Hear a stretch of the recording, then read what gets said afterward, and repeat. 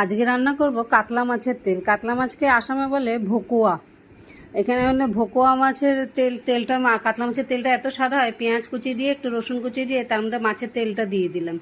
1 চামচে এমনি তেলের মধ্যে মাছের তেলটা দেওয়ার পরে মোটামুটি অনেকটা তেল বেরিয়ে আসে। ওর মধ্যে একটু আলু বেগুন দিয়ে নুন হলুদ দিয়ে ভালো করে নেড়ে চেড়ে ঢাকনা দিয়ে দিলাম। এবার আলু বেগুনগুলো সিদ্ধ হয়ে গেছে, এখানে লঙ্কার গুঁড়ো জিরে ধনের গুঁড়ো দিয়ে এবার ভালোভাবে ওই তেলের মধ্যে এটাকে নেড়ে চেড়ে দেবো, যাতে এখানে কারণ কাতলা মাছের তেল নিচে দিয়ে অনেকটা তেল বেরোয় বেশ, আর তেলটা খেতেও খুব কিন্তু স্বাদ হয়।